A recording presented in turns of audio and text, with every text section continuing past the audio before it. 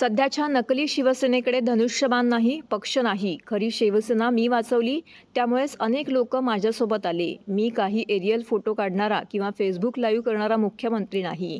मी शेताच्या बांधावर जाऊन काम करणारा मुख्यमंत्री आहे. अशा शब्दात एकनाथ शिंदे यांनी उद्धव ठाकरे यांना लक्ष्य केलंय. ते रविवारी ठाण्यात आयोजित करण्यात आलेल्या सभेमध्ये बोलत होते. यावेळी एकनाथ शिंदे यांनी ठाकरे गटावरती टीकास्त्र सोडले. एकनाथ शिंदे यांनी आपल्या भाषणामध्ये ठाकरे गटाचे ठाणे लोकसभेचे उमेदवार राजन विचारे यांच्यावरही तोफ डागली. काही लोक ठाण्यात फिरून काहीतरी सांगत आहेत. गेल्या लोकसभा निवडणुकीत मी सांगितलं म्हणून राजन विचारे निवडून आले. तुम्ही शिवसेनेच्या जोरावर निवडून आलात. आता तुम्हाला शिवसैनिक उभे करणार नाहीत. यावेळी ठाण्यात महायुतीचा खासदार होईल. हे सगळं माझे उमेदवार, नगरसेवक, आमदार, खासदार निवडून आणतात. पण नंतर अनेक लोक या उमेदवारांना विसरून जातात.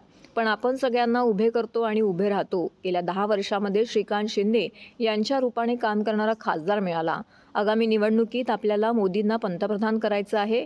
काही लोक ठाण्यात आलेत, कुठेतरी फिरले, काही केलं हे माहीत आहे. त्याबद्दल मी नंतर सांगेन. अशा शब्दात शिंदे यांनी राहुल गांधींना टोला लगावला. आज सर्व क्षेत्रांमध्ये महिला या पुरुषांच्या खांद्याला खांदा लावून काम करत आहेत. बाळासाहेब ठाकरे हे महिलांना रणरागिणी म्हणायचे. आपल्या सरकारने महिलांसाठी अनेक सुविधा केल्या आहेत. महिलांच्या सक्षमीकरणासाठी अनेक योजना सुरू केल्या आहेत. महिलांना उद्योगासाठी भांडवल आणि कर्ज मिळावे यासाठी योजना सुरू केल्या आहेत. आगामी काळात महिलांना 50 लाखांपर्यंत कर्ज उपलब्ध करून देण्यासाठी प्रयत्न करू, असं आश्वासन एकनाथ शिंदे यांनी दिलं आहे.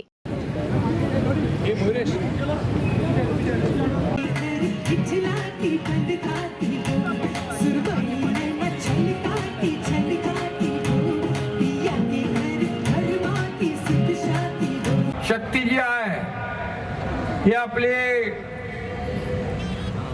पुरुषाच्या खांद्याला खांदा लावून नाही तर 2 पावलं पुढे लावून चाललेली आहे.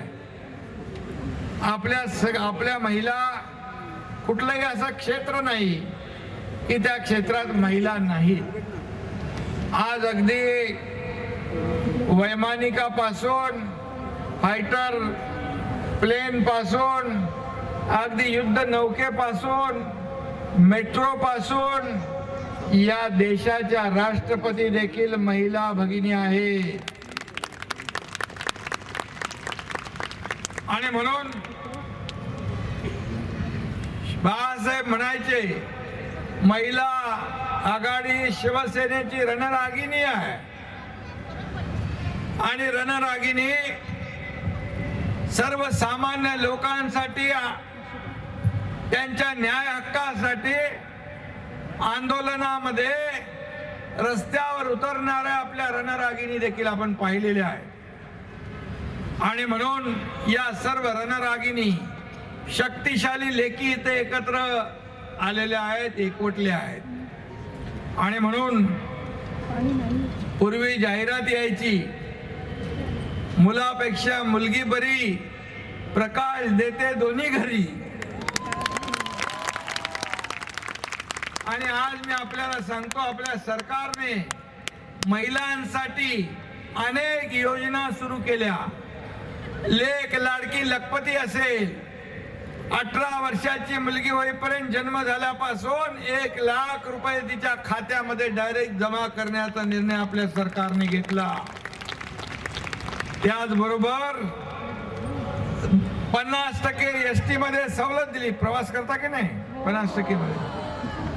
आता ग्रामीण भागातल्या महिलांना त्यांचे पती सांगतात, मी घरी थांबतो, तू अर्ध्या तिकिटात जाऊन बाजार करून ये. आणि तुमच्यामुळे जी एसटी घाटात होती ती फायद्यात चालू लागली.